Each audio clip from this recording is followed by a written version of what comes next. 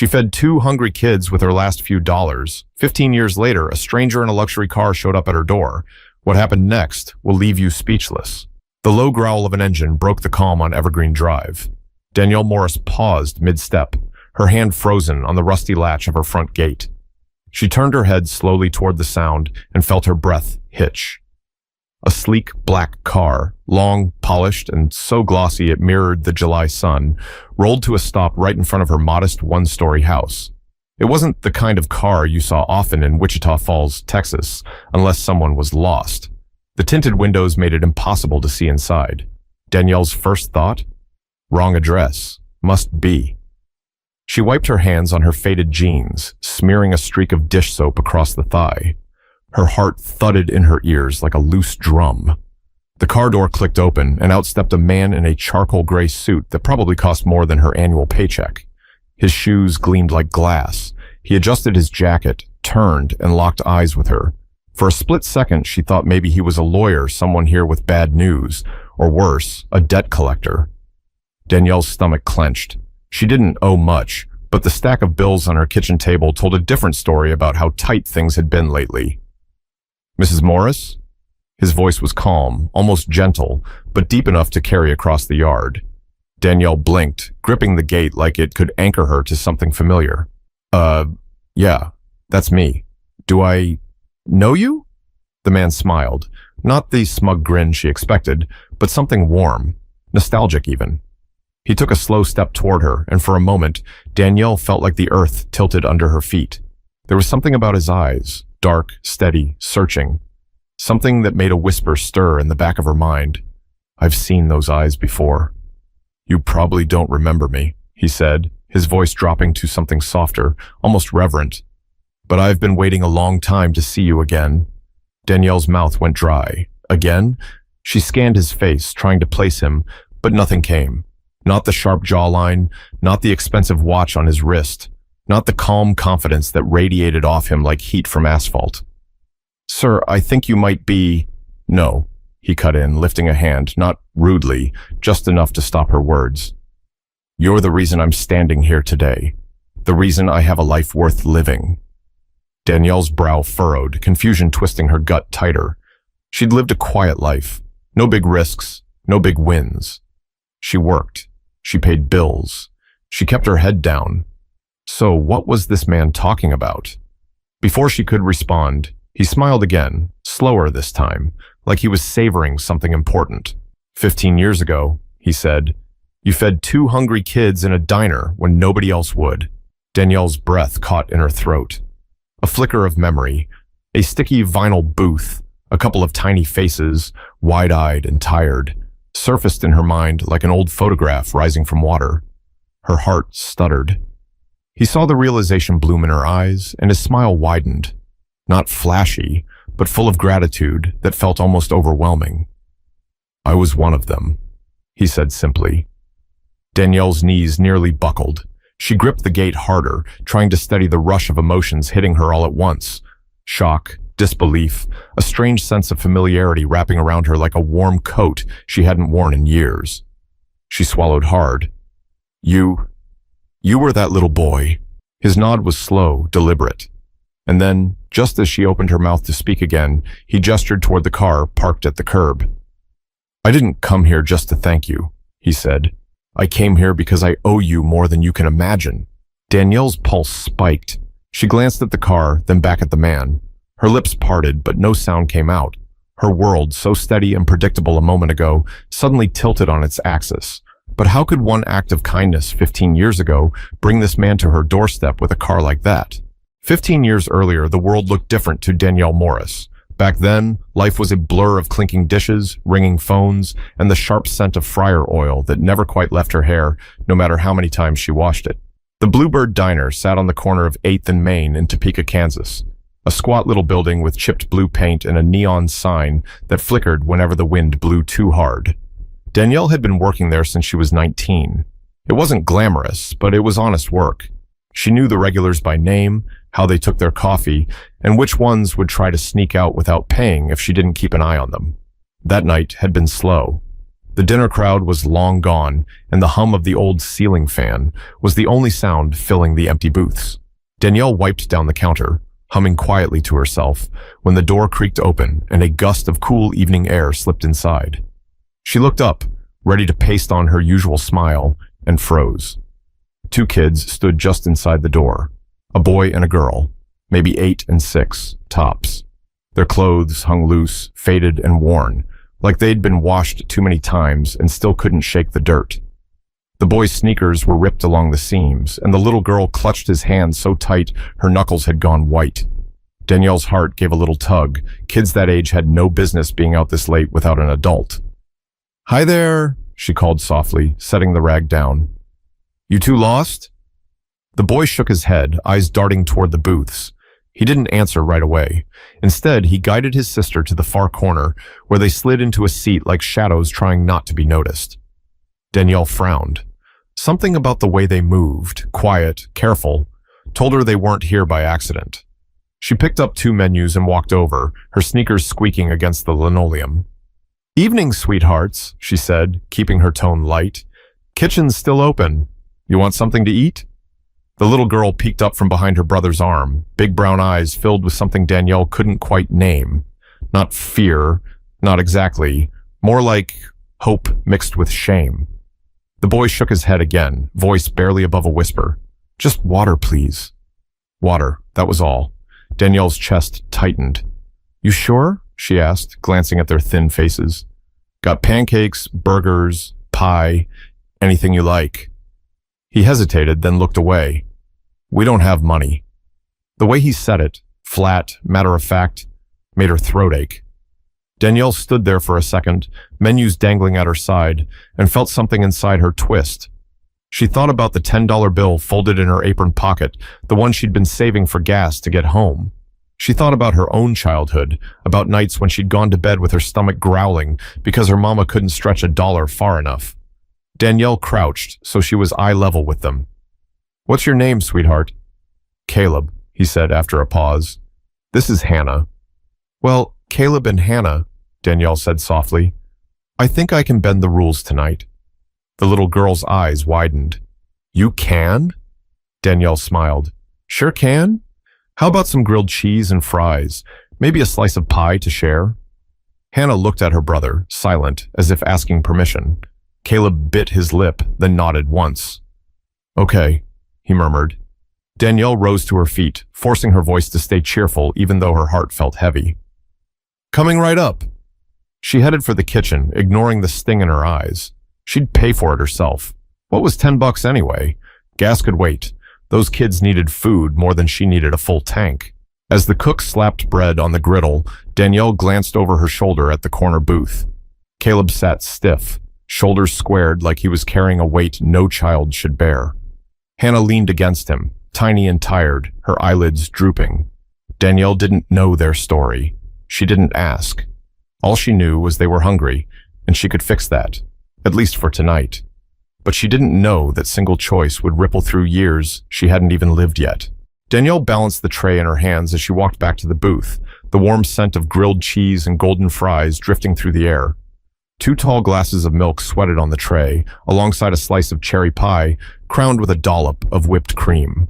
When she set the plates down, Hannah's eyes lit up like a spark in the dark. Caleb straightened, his face tense, like he was torn between relief and guilt. Danielle kept her voice soft. "Eat before it gets cold." For a moment, neither of them moved. Then Hannah reached for a fry, tentative as a deer sniffing the air.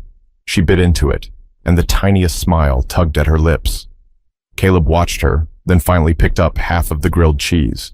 Danielle slid into the booth across from them without asking. She knew better than to hover like a waitress expecting payment. These kids didn't owe her a thing. Caleb chewed slowly, his eyes darting to her and then away. Danielle waited, giving him space. When he finally spoke, his voice cracked like old wood. You didn't have to do this." Danielle shrugged lightly, propping her chin on her hand. "Sure I did. You two walked in hungry. What kind of person would I be if I let you leave that way?" His jaw tightened, and he stared at the plate like the answers were hidden in the crumbs. People do it all the time. That landed heavy. Danielle felt it settle in her chest like a stone. She took a slow breath, watching Hannah nibble at the sandwich like it might disappear if she didn't eat fast enough. "Not tonight," Danielle said gently. "Not on my watch." Caleb's eyes flicked up then, sharp and guarded. "Why?" The question hung between them. Danielle thought about it for a beat, then gave the only answer that felt right.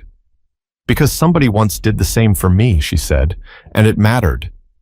Caleb blinked like he didn't know what to do with that. He looked at his sister, then back at Danielle, suspicion slowly giving way to something else, something softer. Hannah swallowed the last bite of her sandwich and whispered, "Thank you." Those two words nearly broke Danielle's heart. They were quiet, but they carried so much weight, like the little girl had never had much reason to say them before. Danielle reached across the table and brushed a crumb off Hannah's cheek. "You're welcome, sweet pea." Caleb didn't thank her, not yet, but his eyes said enough. As they ate, Danielle asked the small questions, nothing that would scare them off. "You two live close by?" Caleb shook his head. "Just around." "You got someone waiting for you?" "No." The word was clipped, final. Danielle swallowed hard, biting back more questions. She didn't want to push. Still, the thought of these kids out there, alone, made her stomach twist. "You sure you're okay out there?" She tried again. Caleb's jaw set like stone. "We're fine." Danielle let it go. For now. Instead, she slid the plate with the pie toward them. "Share," she said with a smile. Hannah's eyes went wide at the bright red filling. "Cherry?" "Best in town," Danielle said. The little girl's smile was pure sunlight in that dim corner. For the first time since they walked in, Caleb smiled too. A small, careful curve of his lips, like he'd forgotten how. When the last crumbs were gone, Caleb reached for Hannah's hand and stood. "We should go." Danielle rose too, pulling 2 bills from her apron and slipping them under the plate before he could argue. "No charge," she said quickly, waving off the protest already forming on his lips. His shoulders sagged. "We'll pay you back, someday." Danielle chuckled softly. "Sweetheart, this isn't a loan." But he just nodded once, solemn as a judge, like he was making a promise he meant to keep. Then he took Hannah's hand and led her toward the door. She glanced back and waved with her tiny fingers before the glass door swung shut behind them. Danielle stood there for a long time after, staring at the spot where they'd been. She didn't know their last name, didn't know where they were headed. All she knew was that 2 hungry kids had left with full bellies, and for tonight, that had to be enough. She had no way of knowing it wouldn't just be enough. It would change everything. But life didn't hand out happy endings overnight, and Danielle's own story was far from finished. The sound of the diner door swinging shut that night faded, but the memory of those 2 kids stuck like a thumbprint on Danielle's heart. For a while, she found herself glancing toward that corner booth during her shifts, half hoping, half dreading she'd see them again. She never did. Days bled into weeks, weeks into years. Danielle turned 30, then 35, then 40. Life didn't get easier, but it didn't get worse either. It just, kept going. She stayed in Topeka for a while, working that same diner until the day it closed down for good. The owner had tears in his eyes when he told the staff. Chain restaurants had eaten up all the little places like theirs. Danielle packed her apron into a cardboard box and drove home with a lump in her throat the size of a fist. Bills kept showing up, same as always, rent, utilities. The old sedan that coughed and rattled every time she turned the key. Danielle picked up shifts wherever she could, cafes, truck stops, even a motel front desk for a stretch. None of it paid much. There were nights she sat at her kitchen table staring at a $1 bill, wondering how far she could stretch it. But Danielle was nothing if not stubborn. She never quit, never called it unfair. Life didn't owe her anything. That's what her mama used to say, and she believed it. She learned to make a dollar scream before it left her wallet. She patched her shoes with glue, wore thrift store jeans until they frayed at the knees, and told herself it was fine. She wasn't bitter. If anything, she tried to find small pieces of joy wherever they fit. A sunrise after a long shift, the laugh of a stranger in line, the smell of rain on hot pavement. Danielle didn't expect more, but deep down, on the nights when the house creaked and silence pressed in heavy, she wondered what happened to those 2 kids. Did they find a home? Did anyone love them enough to keep them safe? Or did life chew them up and spit them out like it did so many others. Sometimes, when she let herself think about it too long, a knot formed in her chest. Because part of her knew, if they'd asked, if they'd stayed, she would have done anything to keep them safe. Anything. 15 years. That's how long it had been. 15 birthdays, 15 Christmas mornings, 15 years of clocking in and clocking out, scraping by, living quiet. And then, that car showed up. It was a blistering summer afternoon, heat waves shimmering on the pavement. Danielle had just come in from hanging laundry when she heard it, the slow, smooth purr of an engine outside. Not the sound of a beat-up sedan or a rusty pickup like the neighbors drove. No, this was something different. At first, she thought maybe someone had taken a wrong turn off the highway. Fancy cars didn't belong on her street, not on Evergreen Drive, where chain-link fences sagged and kids played basketball with hoops made from milk crates. Danielle stepped onto the porch, wiping sweat from her brow, and that's when she saw it. A car so shiny it looked like it had been dipped in ink. Black rims, tinted windows. It rolled to a stop at the curb like a panther crouching in tall grass. For a heartbeat, Danielle just stared, her breath snagging in her throat. People like her didn't get visitors like that. The door swung open and a man stepped out. Tall, broad shoulders, a suit that fit like it was tailored by angels. He turned, and when his gaze locked on hers, something inside Danielle shifted. There was recognition in his eyes. Not just a stranger's polite smile, something deeper. Danielle felt her pulse trip over itself as he closed the car door and started walking toward her. But what could a man like that possibly want with a woman like her? The man stopped at the edge of her walkway, his shoes crunching on the gravel. Up close, he looked even sharper. Everything about him screamed success. The kind of success Danielle had only ever seen on TV. His cufflinks glinted in the sunlight. His tie was the color of midnight. Danielle gripped the porch railing to keep her hands from shaking. "Mrs. Morris?" His voice was steady, warm, but there was something heavy behind it. Like he'd been carrying this moment for a long time. She nodded slowly, trying to find her voice. "That's me." He smiled faintly, and for a second, something about that smile tugged at a thread deep in her memory, but her mind couldn't quite pull it loose. "Do I know you?" she asked, her tone hesitant, polite. The man tilted his head slightly as if the question didn't surprise him. "You knew me once, a long time ago." Danielle blinked. She searched his face, strong jaw, clean-cut beard, eyes dark as polished stone, and came up empty. "I'm sorry," she said, her voice softening with apology. "I don't remember." His smile widened, just a fraction. "That's okay.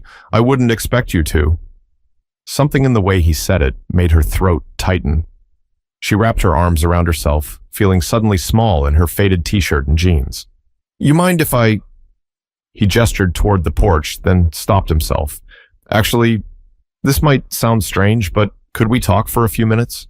Danielle hesitated. A man in a car like that, showing up out of nowhere, asking to talk? Every warning bell in her head went off. "What's this about?" she asked, her tone sharpening a little. He took a slow breath, his eyes never leaving hers. "It's about something you did 15 years ago." Danielle frowned, the words sliding around her brain without sticking. 15 years? He nodded once. "You were working at the Bluebird Diner." And just like that, her breath caught. The Bluebird. God, she hadn't heard that name in years. She could almost smell the coffee and hear the clatter of dishes just from the sound of it. Yeah, she said slowly. "I worked there for a long time." The man's expression softened, like he'd been waiting for this moment, holding it like a fragile thing in his hands. "You don't remember me," he said gently, "but I remember you. Because that night, you did something nobody else did. You saw two kids sitting in a corner booth with nothing but water in their glasses, and you fed them." Danielle's knees went weak. She gripped the railing harder, her pulse thundering in her ears. "Wait," she whispered. "Those kids." The man nodded. "I was the older one. My name's Caleb." The name hit her like a whisper from another lifetime.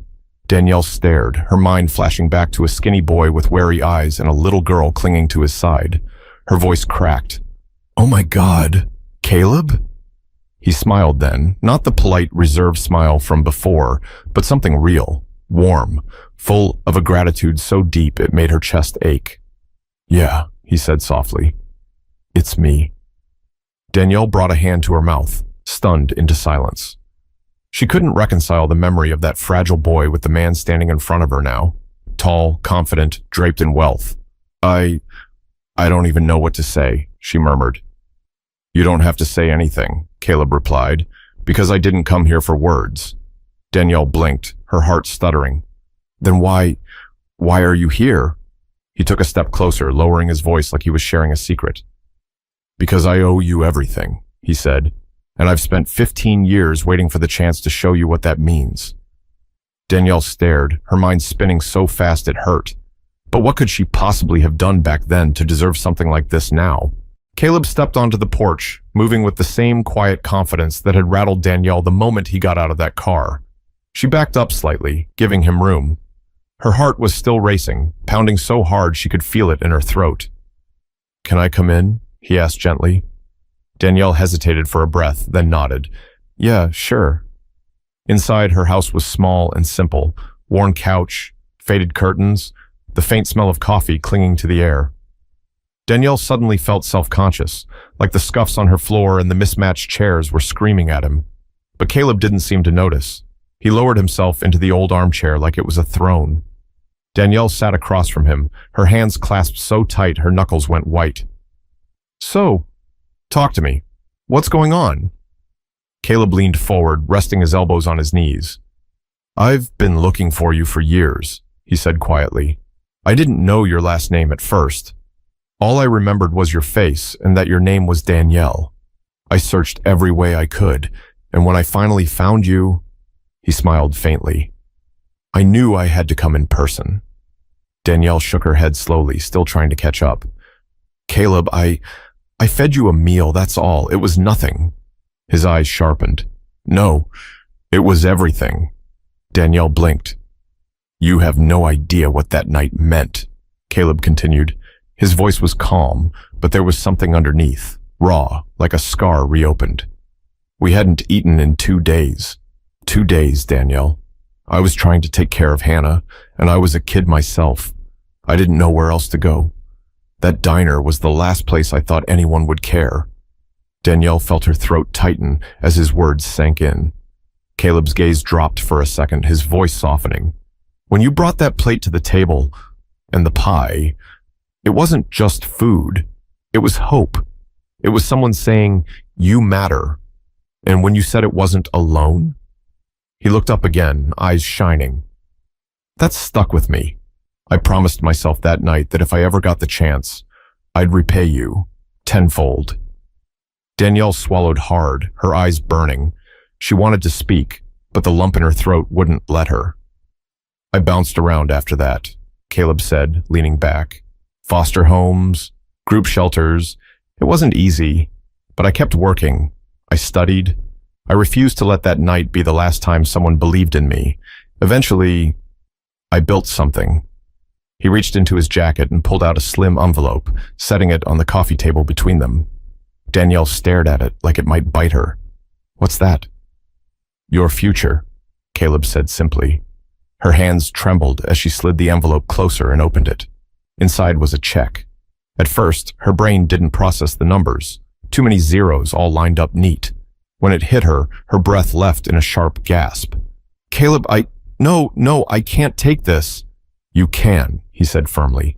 "And you will, because this isn't charity. It's a promise I made 15 years ago. A promise to give back to the person who gave when she didn't have to."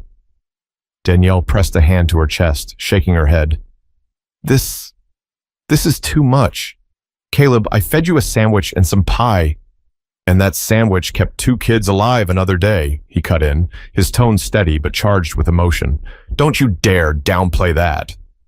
Danielle blinked back tears, her vision swimming. I don't know what to say." "Say yes," Caleb said softly. She laughed, a broken, disbelieving sound, and swiped at her cheeks. "Yes," she whispered. The late afternoon light slanted through the thin curtains, painting the living room in soft gold. Danielle sat frozen, her fingers still curled around the envelope like it might vanish if she let go. Outside, The luxury car gleamed at the curb, its polished surface catching the sun. For the first time in years, she didn't feel the weight of bills pressing like a hand on her chest. For the first time in years, she could breathe. Caleb stood near the door, his phone in hand. "I'll call Hannah," he said. "If she picks up, I'll bring her tomorrow. She needs this. Needs you." Danielle swallowed hard, her throat tight. "I'm scared," she admitted softly. He stepped closer, crouching so they were eye level. "Don't be. Just talk to her like you did back then." That night, you gave her something she'd never had before, a reason to believe somebody cared. Danielle's eyes burned. She nodded, her voice barely a whisper. "I'll try." Caleb smiled and squeezed her shoulder gently. "That's all you've ever done, Danielle, and look what it started." She let out a shaky laugh, wiping at her cheeks. I never thought anyone would remember something like that." "I remembered," Caleb said firmly. "Every single day. You planted something that night, a seed. And even when life tried to crush it, I held on. Because you made me believe there was good out there." Danielle bit her lip, fighting back another wave of tears. "You don't know what this means to me, Caleb. You really don't." He shook his head. "No, Danielle, you don't know what you mean to me, to Hannah. This isn't just a thank you. It's a full circle." For a long moment, silence filled the room. Not heavy, not tense, just full. Full of everything words couldn't hold. Finally, Caleb slipped a set of keys from his pocket and laid them gently on the table. "Drive it whenever you want. Or never. Doesn't matter. Just know it's yours." Danielle stared at them, blinking hard. "What if I don't know how to live like this? What if I mess it up?" Caleb smiled, his voice steady. "You lived 15 years on scraps and hope. I think you'll figure this out just fine." A soft laugh escaped her, and for the first time in what felt like forever, it wasn't bitter or tired. It was real. As Caleb headed for the door, he turned back one last time. "Tomorrow?" Danielle nodded slowly. "Tomorrow." The door clicked shut behind him, leaving Danielle in the quiet of her little house. A house that suddenly felt too small for the size of the future stretching out ahead of her. She looked down at the check in her lap, then at the keys glinting in the golden light. And she whispered to the empty room, her voice breaking, "Thank you, God. Thank you." Outside, the car's engine purred softly as Caleb drove away, the sound fading into the distance like the closing of one chapter and the start of another. Sometimes the smallest acts, ones we barely notice, carry the biggest weight. A sandwich, a slice of pie, a kind word. You never know who's watching, who's holding on to that moment like a lifeline. And maybe, years later, that kindness comes back to you in ways you could never imagine. If you're watching this, let this story remind you. Kindness costs nothing, but it changes everything. If this story moved you, share it with someone who needs hope today. And don't forget to subscribe for more powerful stories like this one. Your one click might inspire another act of kindness that changes a life.